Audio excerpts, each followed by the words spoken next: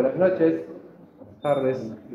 Me toca presentar a Geraldo porque, bueno, es ante todo un amigo, padre Geraldo, o Gerardo, también lo pueden decir. Es un amigo y además es un acompañante espiritual. Y bueno, que sea el acompañamiento espiritual es algo que se lo voy a dejar al mismo padre, que lo explique tal vez después de la conferencia. Y bueno, con el padre Geraldo sucede un poco como los Ents del Señor de los Anillos. Decir su nombre es contar una larga historia.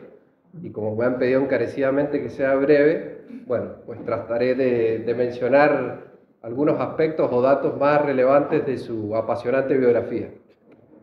Bueno, el padre tiene 40 años de monje, quizás un poco más, un poco menos. 42. 42. Bueno, usted me corrige porque no me acuerdo mucho.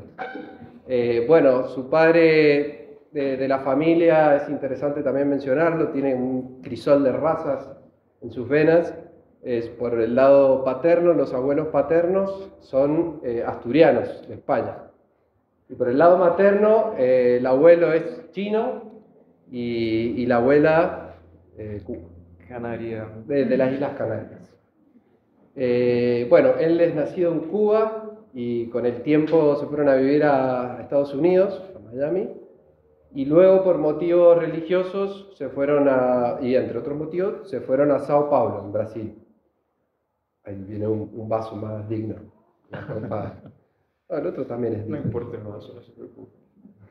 Y bueno, entonces en Brasil, en Sao Paulo, ahí estudió primero Derecho, se recibió de abogado, pero bueno, inmediatamente después abrazó la vida monástica. Después de unos años de búsqueda, terminó abrazando la vida monástica y entrando en un monasterio benedictino en Sao Paulo que se llama San Gerardo. Y por eso lleva el nombre de Gerardo. Bueno, después vivió mucho tiempo en Brasil, pero después lo llamó la Curia Benedictina en Roma a trabajar para la Orden de San Benito a nivel mundial, digamos. Hace varios trabajos ahí, entre otros tesorero, creo que es el principal, pero bueno, ofrece muchos servicios.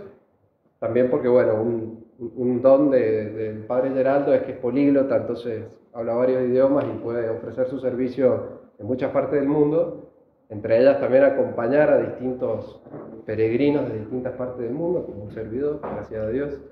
Así que, bueno, creo que está todo de su biografía, no sé si hay algo más importante. Y le cedo la palabra entonces al padre Geraldo, espero que disfruten la charla. Y gracias por venir. Bueno, antes de más nada, muchísimas gracias por la invitación para venir y compartir con ustedes, ¿no? Con mucha sinceridad les digo y mucha humildad, yo puedo aportar lo que tengo y lo que soy, ¿no? Los 5 panes y 2 peces que nos dice el Evangelio. Entonces le hablo mucho de la perspectiva que yo conozco, que es la perspectiva benedictina de lo que soy, ¿no? Y vi que cuando me propusieron la temática, me dejaron 3 puntos, el hogar católico, la iglesia doméstica y la cultura benedictina. Entonces trato de entrelazar las 3 cosas. Una de las bases de la espiritualidad benedictina, sin duda alguna, es la Biblia. Entonces nosotros los monjes tenemos la Biblia como el principio de todo. Si imaginemos que cualquier libro devocional, cualquier buena encíclica, todo que se ha escrito en la iglesia, todo tiene por base la Biblia. Entonces nosotros, como una orden muy antigua, nos basamos también en la Biblia. Los monjes somos herederos de la primitiva comunidad cristiana. Entonces yo voy a empezar también un momento de oración con la propia Biblia. Y conectado con la Biblia, nosotros tenemos la práctica de lo que se llama la Lectio Divina, algo que después les explico con más detalles. El nombre es latino, pero significa que cada vez que escuchamos la palabra de Dios con fe, debemos estar atentos cuál palabra, cuál expresión, cuál versículo nos toca el corazón. Porque muchas veces decimos, yo rezo, hablo con Dios, pero Él no me contesta. No es verdad. Él nos contesta a partir de su palabra, de la Biblia, de la Sagrada Escritura. Nos contesta en los encuentros, nos contesta en los sacramentos, en los acontecimientos, nos contesta de varias maneras, pero la Sagrada Escritura primordialmente es un lugar donde encontramos sus respuestas. Y recordando que la palabra de Dios es una palabra de vida, es fuerte y eficaz. Y Dios nos brinda esas palabras, sus respuestas en necesidades muy concretas. Entonces, voy a empezar oficialmente esta charla en un momento de oración. Pueden quedarse sentados. Los invito en el nombre del Padre, del Hijo y del Espíritu Santo. Amén. Una de las lecturas que voy a profundizar con ustedes es la lectura que escogí ahora para el inicio. Entonces los invito a que hagan una pequeña lección divina. Atención a la palabra, a la expresión o al versículo que les va a tocar el corazón. Eso es palabra de Dios para ustedes aquí el día de hoy, en este momento. La primera lectura, esa es del Eclesiástico, capítulo 3, versículos 3 a 7 y 14 a 17a. Después explico por qué la escogí. Quien honra a su padre expía sus pecados. Quien respeta a su madre acumula tesoros. Quien honra a su padre recibirá alegría de sus hijos. Y cuando rece, su oración será escuchada. Quien respeta a su padre tendrá larga vida. Quien obedece al Señor conforta a su madre y sirve a sus padres como si fueran sus amos. La compasión hacia el Padre no será olvidada, te servirá para reparar tus pecados. El Señor se acordará de ti en la tribulación, y tus pecados se diluirán como el hielo ante el calor. Quien abandona a su padre es un blasfemo. Maldito del Señor quien irrita a su madre. Hijo, actúa con dulzura en todo lo que hagas, y te querrán más que el hombre generoso. Amén. ¿Alguien quiere compartir alguna palabra que le ha dicho algo? Eso sería una lección divina y muchas veces compartida. ¿Alguien se anima? Bueno, respeto el silencio, no hay problema.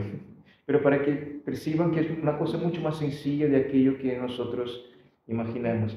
Nosotros vinimos de celebrar una misa y la primera lectura de hoy del Deuteronomio es muy impresionante porque Moisés pide lo que tenemos que hacer en nombre de Dios y él termina para que seas feliz. Esa, por ejemplo, fue la lección divina que me dejó esa lectura el día de hoy. Dios desea que seamos felices, escuchando sus mandatos, sus preceptos y cargando la cruz, que no es fracaso, pero es historia de salvación. Después vuelvo a esta lectura. Entonces, la primera parte que me pidieron que les hablara es del hogar católico. Es muy interesante cuando escuchamos la genealogía de Jesús, quizás muchas veces la encontramos una lata, porque es una sucesión de nombres, este que engendró aquel y el otro, y no nos damos cuenta de lo que hay por detrás. Entonces yo empezaría a hablar del hogar católico con la genealogía que está en San Mateo, en Mateo 1, de 1 a 17. Hay una otra que está en San Lucas con otro enfoque, pero escogí esta. Y así empieza Mateo en el Evangelio en que él escribe hablando a los judíos, a sus contemporáneos, recordando la gran conversión que él tuvo, ¿no? Cobrador de impuestos a uno de los caros discípulos de Jesús. Genealogía de Jesús. Atención que van a aparecer el nombre de 5 mujeres. En la de Lucas no aparecen las mujeres. Y esas 5 mujeres tienen un sentido muy grande. Libro del origen de Jesucristo, hijo de David, hijo de Abraham. Abraham engendró a Isaac. Isaac engendró a Jacob. Jacob engendró a Judá y a sus hermanos. Judá engendró de Tamar a Farés y a Sara. Tamar es la primera mujer. Tamar tuvo esos 2 hijos por incesto, o sea, fue una relación incestuosa. Fares engendró a Esrón, Esrón engendró a Aram, Aram engendró a Aminadab, Aminadab engendró a Nasón, Nasón engendró a Salmón, Salmón engendró de Rahab a Booz. Rahab fue otra mujer, la prostituta que recibió a los judíos cuando ingresaron en Jericó. Fue el que salvó a los dos espías y ella, en una preciosa homilía de Orígenes, dice que aquella que antes era prostituta, ahora por haber entrado, adherido al pueblo llamado a la salvación, es pura y casta. Entonces la segunda mujer era una prostituta, Rahab. Booz engendró de Ruth a Obed. ¿Quién era Ruth? El precioso libro de Ruth. Ruth era una cananea, pero que acabó también casándose con Booz, y una extranjera que era tenida por pagana para los judíos, también está en el árbol genealógico de Jesús.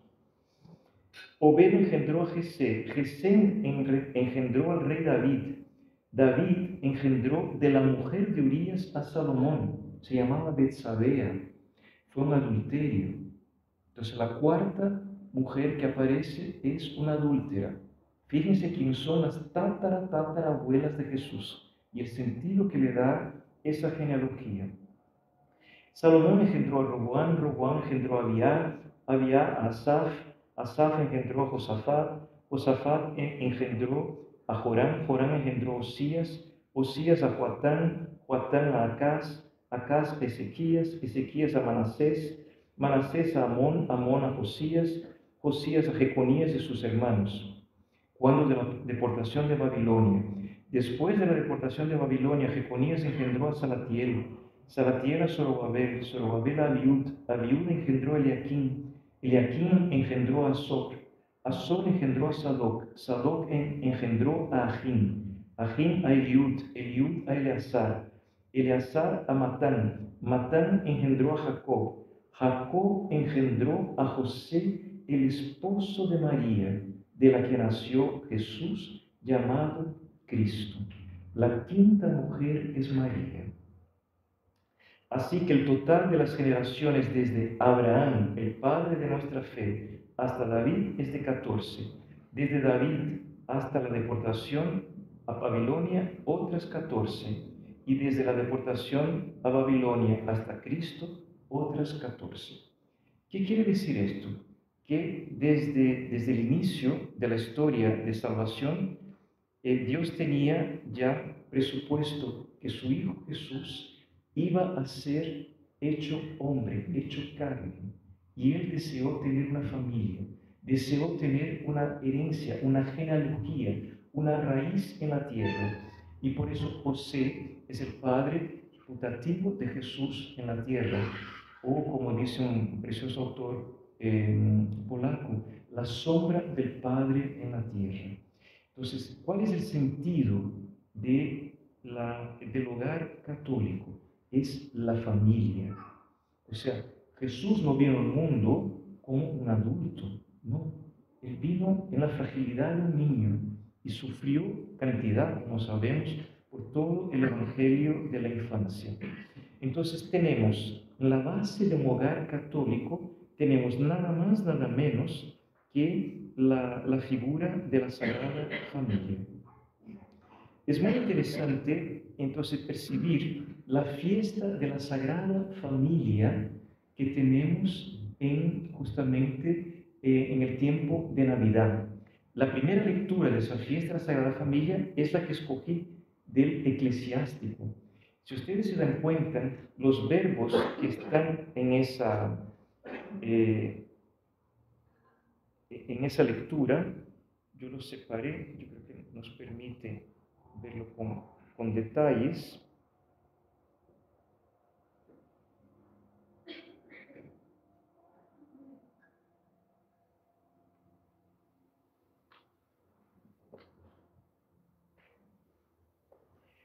Los verbos son bastante importantes. Él dice honrar, respetar, recibir, escuchar, servir, confortar, bendecir, cuidar, tener compasión, recordar y más de todo, ser generoso. Entonces, esos son los apuntes principales de una sagrada familia. Después, la segunda lectura está en Colosenses 3:12.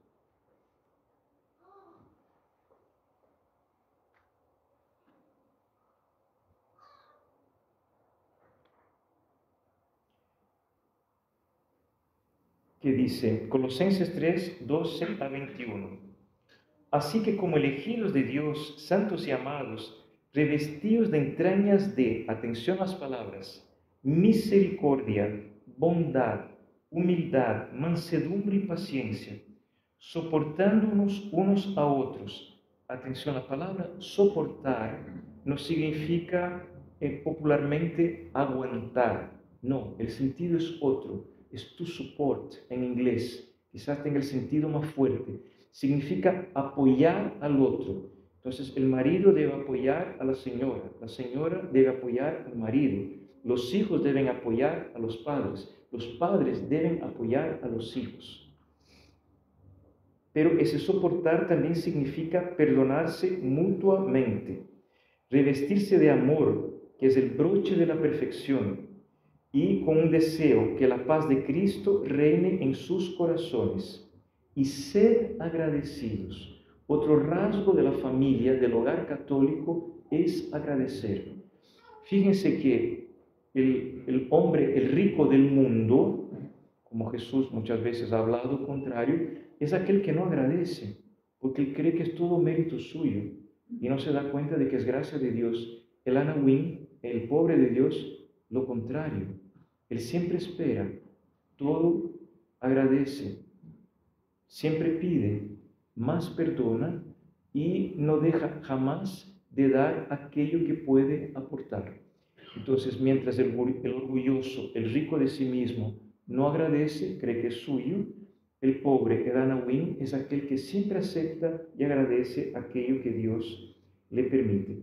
Pero va un poco más allá, que la palabra de Cristo habite en vosotros con toda su riqueza. ¿Cuál es la palabra? La Sagrada Escritura. Instruíos y amonestaos con toda sabiduría, basados en la palabra. Admonestar. Otro rasgo del hogar católico y del cristiano es corregir. Ama verdaderamente quien nos corrige. Los que no nos aman no nos corrigen, no les interesa nuestro bien.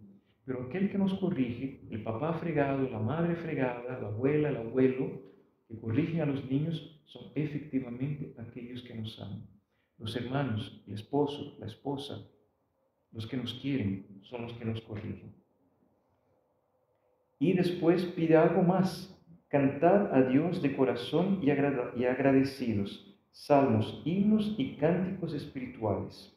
Entonces él pide también algo que era muy común y creo que también en la colonia, aquí en Argentina, existía, que era la figura del oratorio. Entonces, que en las familias también estén el rincón de oración de la familia. En el pasado se decía que la familia que reza unida, permanece unida. Y es el mejor ejemplo que uno puede dar a los niños que están a nuestro alrededor, y sé que aquí hay muchos, es justamente ese testimonio de oración en común. Entonces, tenemos que tener ese lado fuerte de poder desarrollar en ese sentido una iglesia que se va conformando dentro de del propio hogar. Y por fin, el Evangelio de la fiesta de la Sagrada Familia es Lucas 2, 41, 52.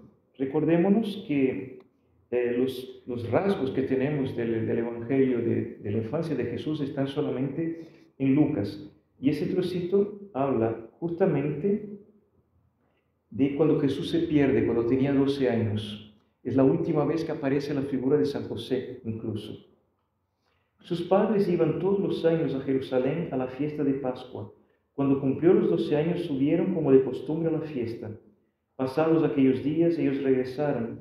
Pero el niño Jesús se quedó en Jerusalén, sin que sus padres lo advirtieran, creyendo que estaría en la caravana, y tras hacer un día de camino, lo buscaron entre los parientes y conocidos, pero al no encontrarlo, se volvieron a Jerusalén en su busca. Al cabo de 3 días, el 3 siempre significa la resurrección, lo encontraron en el templo sentado en medio de los maestros, escuchándoles y haciéndoles preguntas. Todos cuantos los oían estaban estupefactos por su inteligencia y sus respuestas. Cuando lo vieron quedaron sorprendidos. Y su madre le dijo: Hijo, ¿por qué nos has hecho esto? Tu padre y yo te hemos andado buscando llenos de angustia. Es interesante, José no dice una única palabra en todo el Evangelio. José sueña, José piensa, pero él no habla. Y quien habla nuevamente aquí es María. Y Jesús le preguntó: ¿y por qué me buscabais? ¿No sabíais que yo debía estar en la casa de mi Padre? Pero ellos no comprendieron la respuesta que les dio. O sea, Jesús todavía era un misterio para sus propios padres, que fueron sus primeros discípulos. Imagínense, antes aún de los apóstoles, fueron María y José, que fueron los discípulos de Jesús. Entonces, un hogar católico es ser, en cuanto a familia, discípulos de Jesús. Jesús volvió con ellos a Nazaret y vivió sujeto a ellos.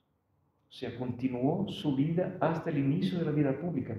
Probablemente otros 21 años estuvo con ellos. Su madre conservaba cuidadosamente todas las cosas en su corazón. Muchas veces los padres y las madres tienen que hacer eso, hasta los días de hoy. Y Jesús crecía en sabiduría, en estatura y en gracia ante Dios y ante los hombres. Entonces, el rol del hogar católico es hacer con que todos los componentes de un hogar puedan crecer en sabiduría, en estatura y en gracia ante Dios y ante los hombres. Ese es el sentido del hogar católico.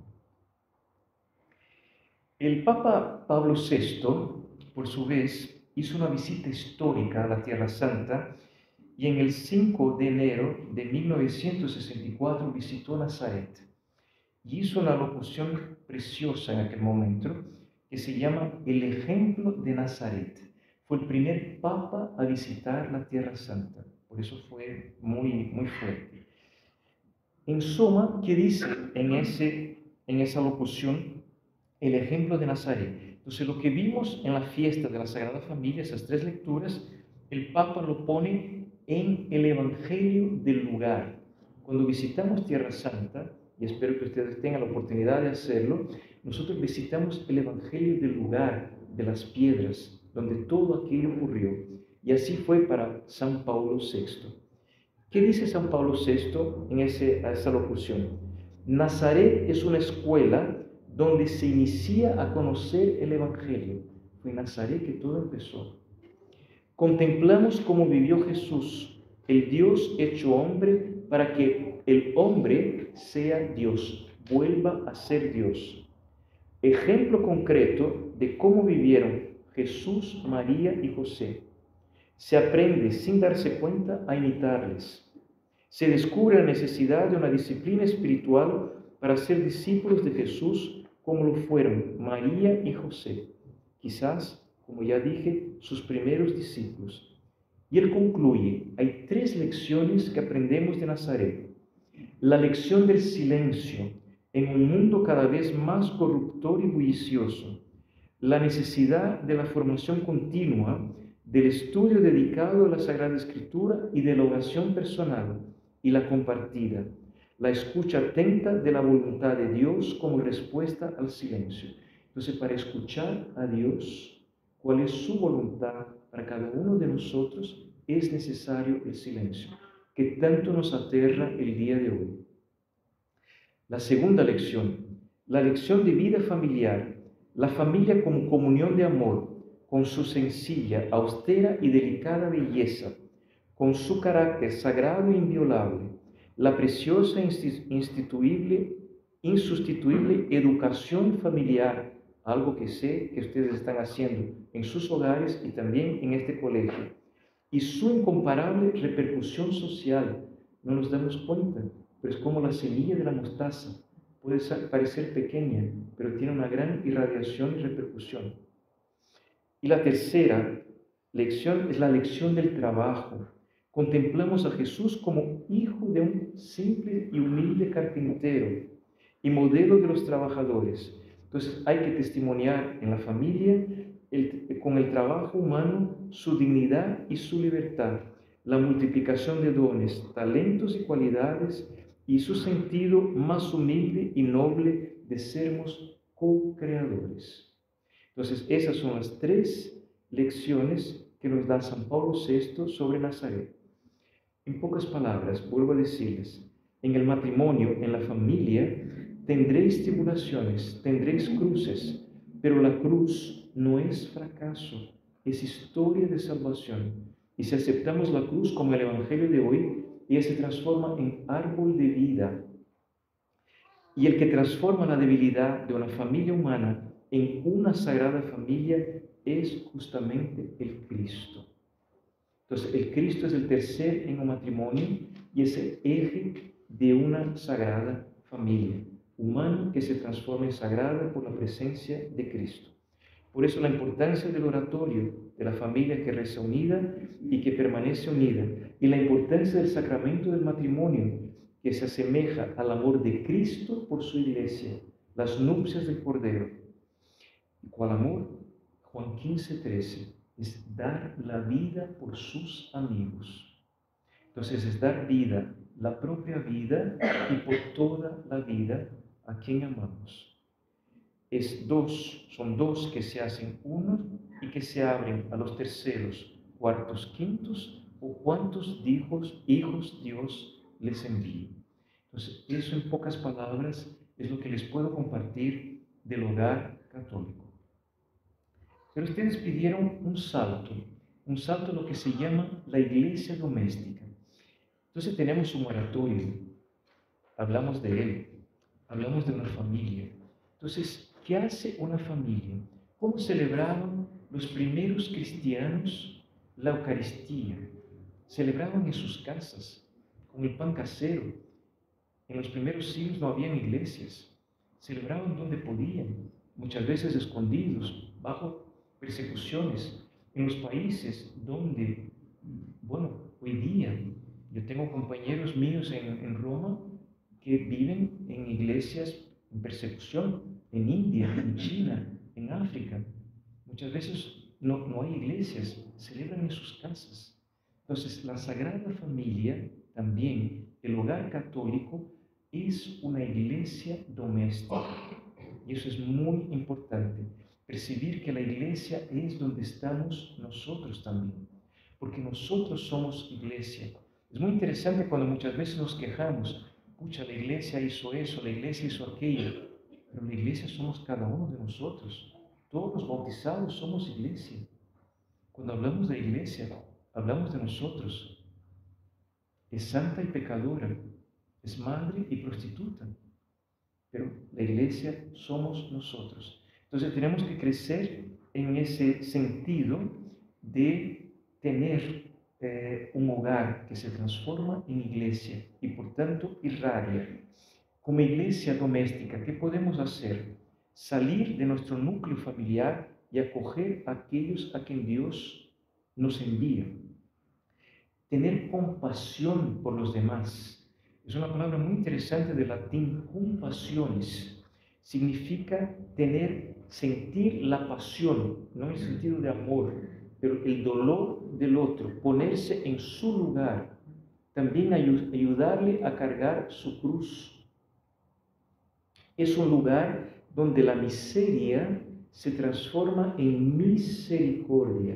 Es muy interesante, la raíz de las dos palabras es la misma, miser.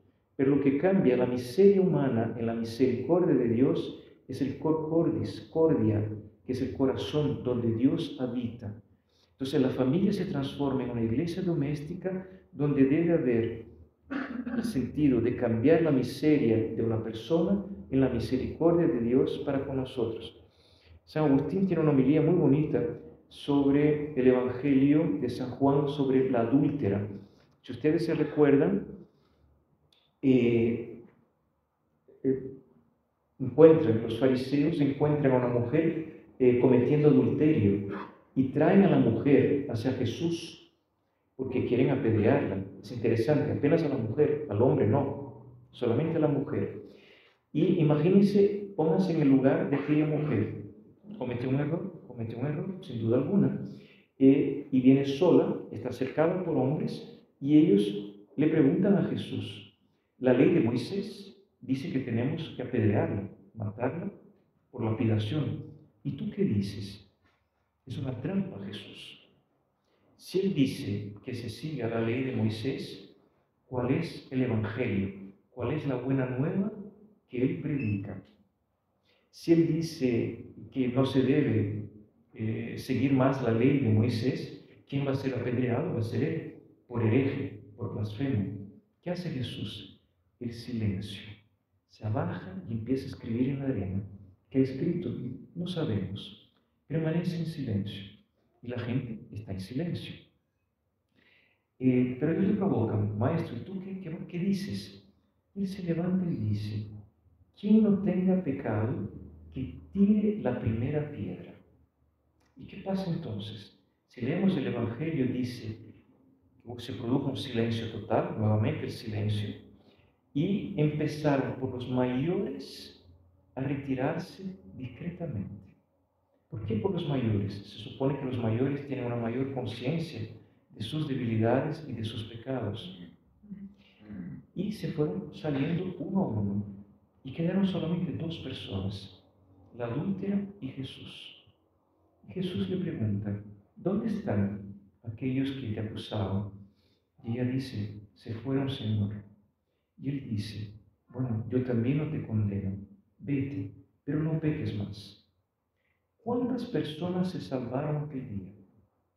Les pregunto. Una solamente. Y todos los que no tiraron la piedra.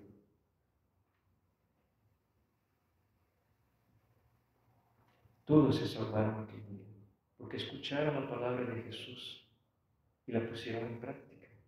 Y ese es Jesús, es el Dios de los pecadores. Yo no vine para los sanos, vine para los que están enfermos. Entonces Jesús muestra un Dios que es el Dios de misericordia y de la miseria. Entonces, San Agustín, contemplando ese evangelio, dice, y quedaron solamente los dos, la miseria y la misericordia. Por eso se los conté. Y lo que cambia, eso es algo mío, es el cor cordis, el corazón donde Dios habita. Entonces, Jesús es simultáneamente el Dios de aquellos que quieren apedrear y el Dios de los que son pecadores. Pero Él lo que desea es que todos se salven. Y ese es el sentido de ese evangelio. Entonces, es un lugar también, como iglesia doméstica, el lugar del perdón y de la reconciliación. Y es el lugar de la celebración. Es el lugar de evangelización y de testimonio. Y la iglesia doméstica parte del hogar católico, de la familia, del yo al nosotros. Y el nosotros es la comunidad, es la iglesia. Entonces nosotros tenemos, por el sacramento del matrimonio, tenemos la iglesia doméstica, la iglesia local, la diócesis, y la iglesia universal, de la cual todos hacemos parte. Recordando siempre que el Dios a quien buscamos es un Dios que siempre espera, menos pregunta y más perdona. Es el Dios de la adúltera y de los apedreadores. Por eso sé también ese evangelio. Entonces nosotros hemos pasado del hogar católico a la iglesia doméstica, pero ustedes me pidieron que hablara de la cultura benedictina. Y es muy interesante la relación porque salimos del hogar católico a la iglesia doméstica y hablamos de comunidad. Entonces, uno de los grandes aportes de San Benito es justamente el sentido de comunidad, algo que ustedes tienen también aquí en el AVE, por aquello que conozco. Entonces le hablo un poco más ahora específicamente de la cultura berentina. Después al final estaré disponible para otras preguntas que eventualmente quieran hacer. Pero para hablar de San Benito, en primer lugar hay que hablar de su contexto histórico. San Benito nace en 480, en siglo V, y muere en 547. Entonces él está en la pasada del siglo V al siglo VI. San Benito nace en 480 y el Imperio Romano de Occidente había caído en el 476. Entonces estamos en un ocaso de la humanidad. Salimos del tiempo de la Edad Antigua al inicio de la Edad Media. Ese es el contexto en que está San Benito. Entonces San Benito está en una situación en que cae no solamente Roma, pero cae todo el Imperio Romano. San Benito nació en Murcia, era de familia noble, patricia, y como todos los nobles de que estaban afuera, eran enviados a Roma para hacer la carrera senatorial.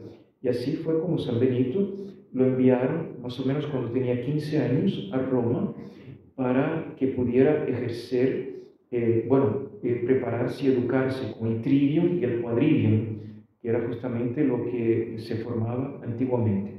Y lo envían con una ama. La tradición dice que esa ama sería Cirila. Entonces imaginen a ese joven de 14, 15 años saliendo de la pequeña Nurcia, en Umbria, en las montañas, como ustedes aquí en Mendoza, y cayendo en la gran ciudad de Roma, pero una Roma en decadencia. Entonces 495 ya hacían casi 20 años que Roma había caído, ya había sido saqueada por otras invasiones bárbaras. Entonces San Benito se espanta porque venía de un hogar cristiano y cae en una ciudad de plena decadencia. Y San Francisco se asusta, San Benito se asusta y decide dejar Roma y se escapa de Roma, abandona todos sus estudios. Se puede decir que fracasa en su carrera senatorial y de estudios y se va para una pequeña ciudad que hoy se llama Afile. Allí, acogido por la iglesia local y por una familia, una iglesia doméstica, es acogido y quería llevar una vida de oración y de penitencia.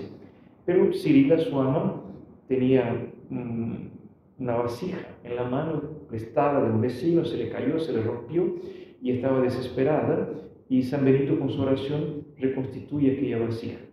Y el primer milagro de San Benito ocurre y todo el pueblo viene a él como un santo, como alguien que hace milagros. Y San Benito por la segunda vez fracasa, quiere llevar una vida de oración, una vida entregada a Dios, y se escapa de Afile y va a Subiaco. Es recibido por un monje que ya existía en la época, el monacato, que había venido del norte de Italia, de los padres del desierto. Más tarde hablo sobre eso.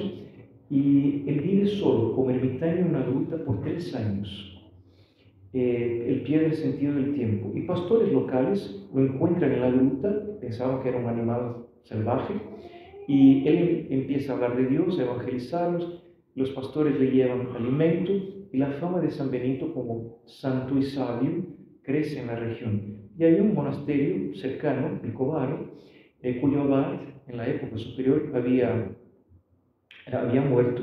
Y esos monjes van y le piden a San Benito que por favor venga a ser su superior, su abad. San Benito dice: mira, la vida que yo llevo es muy austera, muy distinta de las de ustedes, no creo que eso va a funcionar, pero ellos insisten. Y San Benito deja la gruta, el Sacro Espejo, como se llama hasta el día de hoy, y va a Vicovaro.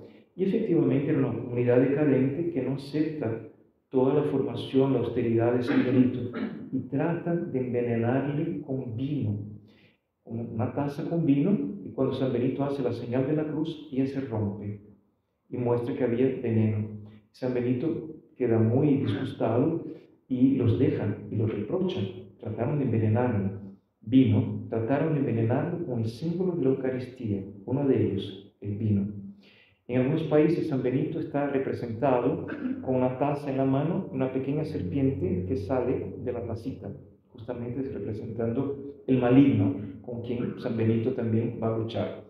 Y San Benito fracasa como abad en Vicovaro y vuelve a su gruta, pero su fama había crecido muchísimo. y él acaba recibiendo discípulos. Entonces, más o menos en los primeros años del siglo VI, 500 y algo, San Benito recibe hijos de nobles, hijos de servos de la gleba, hijos de militares y hasta bárbaros para ser educados en su monasterio. Y ahí empieza la tradición de la educación benedictina desde el siglo VI, tal vez de los más antiguos sentidos de iglesia que tenemos, educación católica que tenemos en la historia. Y eran tantos los discípulos que él acaba fundando 12 monasterios en aquella misma región, de los cuales sobrevivió solamente uno, que todavía hoy existe, el arquicenobio, el protocenobio de Santa Escolástica, que después fue dedicado a su hermana gemela. Pero un presbítero de la región tenía mucha envidia de San Benito, porque la gente iba a dar San Benito y no venía a su iglesia. Y entonces le mandó como regalo un pan envenenado. Y un cuervo, viendo que era envenenado, agarró el pan y se lo llevó lejos. Perciban que tratan de envenenar a San Benito con el vino y con el pan, la Eucaristía. Lo que es signo de vida, trataron de transformarlo en símbolo de muerte. Entonces San Benito, ese presbítero, después trató de acabar con la moral de los monjes que ahí estaban, y San Benito decide dejar Subiaco y pone un abad en cada uno de los 12 monasterios y se va con un pequeño grupo. Y es muy impresionante porque San Benito, Subiaco, está en un valle escondido hasta el día de hoy, un lugar muy virgen, muy lleno, muy boscoso, y empieza la peregrinación hasta la ciudad de Cassino, y en el monte que se llama Cassino, que está en la ruta principal entre Roma y Nápoles, él funda en la cumbre de ese cerro el arquiabadía de Monte Cassino, y allí era visible. Si antes él estaba escondido, allí él quedó visible. Entonces, aparentemente él fracasó de nuevo porque no pudo quedarse en Subiaco. Pero ¿qué pasa en Monte Cassino? Él construye el gran monasterio hasta el día de hoy. Y allí, en el año 529, termina la regla benedictina que hasta el día de hoy nosotros utilizamos, la regla del siglo VI. Ahora en la orden estamos preparando los 1500 años, en 2029, de la regla de San Benito. San Benito acaba muriéndose allí en el año 547, pero antes de morir, rezando, él en un sueño ve que Monte Cassino será destruida por los sarracenos. Y efectivamente muere en 547 y en 577 los sarracenos destruyen totalmente Monte Cassino. Quedó inhabitada por 2 siglos. Pero en la oración, llorando, le pide al Señor que salve a sus monjes. Y efectivamente los monjes logran escapar con vida y con la regla. ¿Y quién los acoge en Roma? El Papa Gregorio Magno, el que viene a escribir la primera biografía de San Benito y el libro segundo de la vida y milagros, la única biografía que tenemos de San Benito. Entonces, aparentemente a los ojos del mundo, nuevamente Benito fracasó, porque hasta su monasterio de Monte Cassino fue completamente destruido por los sarracenos. Pero lo curioso es que el Papa Gregorio Magno acoge a los monjes en el monasterio de San Gregorio al Celio, que todavía hoy existe, y de ahí los envía a Inglaterra, a Francia, a Alemania, a España, a Hungría. Entonces la Roma que San Benito había dejado es la Roma que recibió a sus hijos y que los esparció por todo el mundo. ¿Por qué usé tanto la palabra fracaso? Porque a los ojos del mundo parece que San Benito fue un fracasado. Y por eso muchas veces decimos que San Benito es el patrono de los fracasados. Entonces todos nosotros que muchas veces tenemos insucesos en nuestras vidas o fracasos, debemos aprender que la cruz no es fracaso, pero es historia de salvación. Y eso es lo que San Benito desea para cada uno de nosotros. Entonces, ¿qué trajo la cultura benedictina después al mundo? En un mundo que caía, que ruía todo el imperio romano, los monasterios que se fueron expandiendo por toda Europa, y por eso San Benito vino a ser también por Pablo VI nominado patrono de Europa, patrono del monacato occidental, cada monasterio conservó el saber de la antigüedad en sus bibliotecas. En sus escritorios se copiaban los manuscritos. San Benito, donde sus monasterios llegaba la educación, la salud, las técnicas agrícolas, se drenaban los campos, se plantaba, se cultivaba. Entonces San Benito, con sus monasterios durante toda la Edad Media, hasta la constitución de los primeros estados nacionales en el siglo XIII, fue aquel que mantuvo la civilización. Pero no solamente eso, él también evangelizó por el arte y por la arquitectura, el estilo románico, las más variadas formas de arte, los vitrales, la escultura, la pintura, el famoso canto gregoriano, que fue después compilado por Gregorio Magno. Y hasta el día de hoy nosotros lo cantamos y se mantiene en varias de nuestras iglesias, no solamente benedictinas. En fin, donde San Benito llegó también la civilización. Entonces, por eso San Benito es el patrono de los monjes del occidente y también de Europa.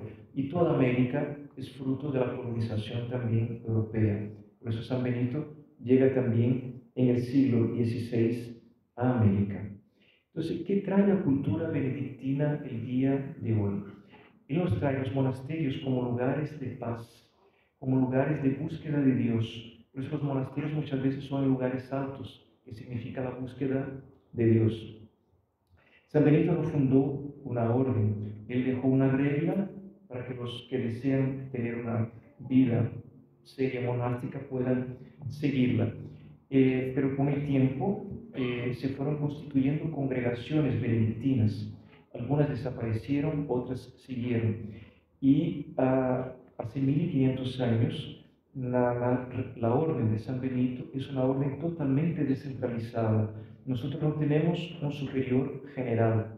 Muchos dicen que es una debilidad, pero nosotros creemos que es justamente la longevidad de la orden. Les doy un ejemplo. Por ejemplo, cuando fueron destruidos los monasterios en Inglaterra por Enrique VIII, la disolución de los monasterios, los monjes escaparon a Francia y mantuvieron en varios monasterios la cultura de los antiguos monjes ingleses. Cuando llega la Revolución Francesa y arrasa con todos los monasterios, los monjes ingleses logran volver a Inglaterra. Una revolución los llevó a Francia, otra los devolvió a Inglaterra. Y los monjes que se escaparon de Francia pudieron después regresar 50 años más tarde y poder restituir los monasterios.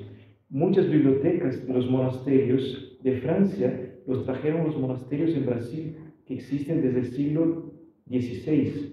Entonces la orden, si era perseguida aquí, en otro lugar florecía. Por eso Monte Cassino, que 4 veces fue destruida, la última vez en 1944, por los bombardeos americanos durante la Segunda Guerra Mundial, tiene un pequeño lema que dice, o tema, que dice subsisa virescit en latín, que significa cortada reverdece. Entonces eso también significa la cruz, de percibir que podemos ser cortados, pero el corte, la poda, nos hace reverdecer, nos hace renacer y nos hace crecer. La regla de San Benito inspiró a mucha gente. Por ejemplo, hasta varios de sus capítulos son aplicados el día de hoy. Sé que ustedes ya oyeron hablar de Massimo Laponi, uno de nuestros monjes del monasterio de Farfa, y él hace una aproximación con el monasterio y la vida familiar. Entonces no voy a entrar en detalles de toda la regla de San Benito, pero el capítulo primero habla de las clases de los monjes. Unos son los ermitaños, los otros los que viven en comunidad y los otros los geróvagos. Pero muestra que la comunidad, la familia, es una fuerza. En el capítulo segundo, cómo debe ser el abad, cómo debe ser el padre y la madre. Deben ser abades, padres. Deben ser amas, abadesas, madres. Es lo que San Benito pide. En el capítulo tercero es impresionante. En el siglo VI, 529, San Benito dice que se deben convocar todos los hermanos de la comunidad para decidir sobre las cosas importantes. Estamos en el siglo VI. San Benito ya tenía esa democracia. Todos pueden votar, todos pueden participar. Hay 4 capítulos muy interesantes. Capítulo 4, Instrumento de las buenas obras, hasta que surge la imitación de Cristo en el siglo XIII. Ese capítulo 4 era el examen de conciencia que se usaba por los antiguos cristianos, o sea, del siglo VI hasta el siglo XIII, durante 700 años, ese instrumento de las buenas obras era utilizado. El 5 es la obediencia, el 6 es el silencio y el 7 la humildad. No hay obediencia sin silencio, sin escucha. No hay obediencia sin humildad. La humildad nos lleva a hacer el silencio, la escucha. La humildad y el silencio nos llevan a la obediencia. Entonces, esos 3 capítulos forman el hogar católico y la iglesia doméstica también, y el sentido de la comunidad. Obediencia, silencio y humildad. Después hay 7 capítulos que hablan de la corrección, los que aman corrigen. Cómo debe ser el mayordomo del monasterio, el 31. O sea, cómo utilizar los instrumentos materiales, el dinero, la plata, son instrumentos, no son fines en sí mismos. El 32 al 35, cómo utilizar las herramientas, la propiedad, se deben proveer las necesidades personales, pero colocarlas a servicio en común. El 36 es el cuidado de los hermanos enfermos, a nuestros mayores enfermos en nuestras casas, o a veces los parientes que están enfermos. El 37 es dedicado a los ancianos y a los niños, el cuidado que tenía San Benito con los niños, que niños eran recibidos en los monasterios. El 52 habla del oratorio que ustedes deben tener en las casas. El 53 de los forasteros, la inclusión, el acoger al inmigrante. El 58, cómo agregar a alguien a nuestras comunidades. El criterio es si busca verdaderamente a Dios. Si una persona busca a Dios, podemos agregarlo a nuestra comunidad, que somos también aquellos que buscamos a Dios. El 68, de las cosas imposibles. Cuando hay algo imposible de hacer, hay que obedecer. Y a donde llegue el límite humano empieza la gracia de Dios. Y Dios llevará al término que Él desea que podamos hacer. El 69 y el 70 es muy interesante. Que nadie ose defender a otro dentro de la comunidad, pero que nadie le pegue o castigue al otro dentro de la comunidad. Eso tiene que estar también en el criterio de la autoridad, del padre y de la madre.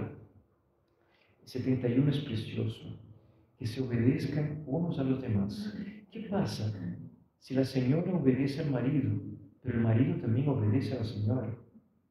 ¿Qué pasa si los hijos obedecen a los papás, pero los papás también escuchan a los hijos y les obedecen?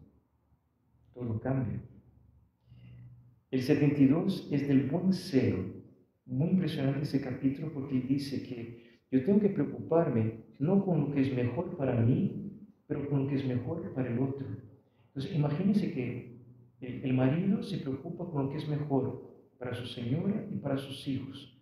La señora se preocupa con lo que es mejor para su marido y para sus hijos. Sus hijos se preocupan con lo que es mejor para sus padres. Sus padres se preocupan con lo que es mejor para sus hijos. Ese es el buen celo. Por eso la regla de San Benito está siendo aplicada también en los contextos de las varias nuevas comunidades, pero también en los contextos familiares. Entonces, ese es el sentido y el nexo que hay entre el hogar cristiano, que se transforma en una iglesia doméstica y que pasa a ser una comunidad, porque se abre al mundo que está a su alrededor, como los monasterios lo hicieron en el pasado. Y por fin yo empecé con una palabra de Dios y quería terminar también con otra palabra de Dios, con el Salmo que decimos que es el Salmo de la familia. Es el Salmo 128 y 127.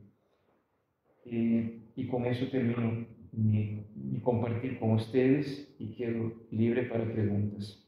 El Salmo 128 dice: Dichosos los que temen a Dios y recorren todos sus caminos. Del trabajo de tus manos comerás. Dichoso tú, que todo te irá bien. Tu esposa como parra fecunda dentro de tu casa, tus hijos como brotes de olivo en torno a tu mesa. Con tales bienes será bendecido el hombre que teme a Dios. Bendígate Dios desde Sión, que veas la prosperidad de Jerusalén todos los días de tu vida y veas a los hijos de tus hijos. Paz a Israel, paz a ustedes, es lo que les deseo también con mi visita. Y les termino con una cosa muy personal. Cuando estaba discerniendo mi vocación benedictina, me atraía mucho la vida de San Francisco de Asís. Particularmente una película me fue muy importante, Brother Sun and Sister Moon, Hermano Sol, Hermana Luna, de un gran director italiano, Franco Sefirelli, que habla de San Francisco de Asís y Santa Clara. Y la universidad donde estudié era un antiguo convento franciscano, y el convento está en la actualidad al lado. Y fui a tocar al convento franciscano y fue un desastre porque era la época de la teología de liberación. Bueno, se hablaba más de Cristo, más de Che Guevara que de Cristo, bueno, aquellas cosas que solían ocurrir en muchos lugares, incluso aquí en Argentina y en Brasil en aquella época era muy fuerte. Y entonces allí empezó mi búsqueda, y me recuerdo que una vez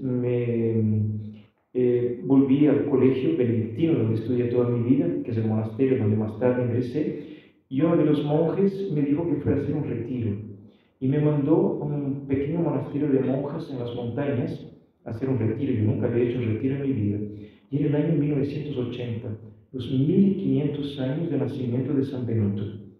Y fui acogido por las monjas, un jovencito que llevaba a un monasterio femenino, imagínense.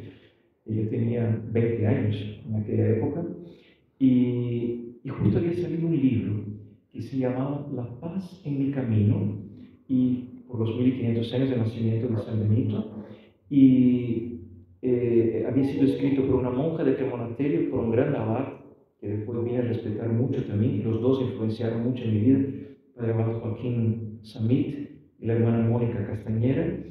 Y justo a la entrada de ese libro, y él me lo regalaron, decía que si la nobildona, la dama de San Francisco de Asís fue la dama pobreza, la dama de San Benito fue la dama paz. Y como dice el prólogo de la regla, citando el capítulo 33:15, el Salmo 33:15, busca la paz y ve a su encuentro. Y fue ahí que me quedó claro que mi dama era la paz y que mi vocación era benedictina. Entonces, como benedictino, busco la paz interna y externa, y trato de ofrecerla y compartirla con ustedes. Y así les dejo la paz de Cristo también en esta conferencia y en este compartir. Muchas gracias por su atención, por su oído. Y bueno, ahora termino, los escucho. Si quieren hacer preguntas, las que sean, ningún problema. Muchas gracias a todos.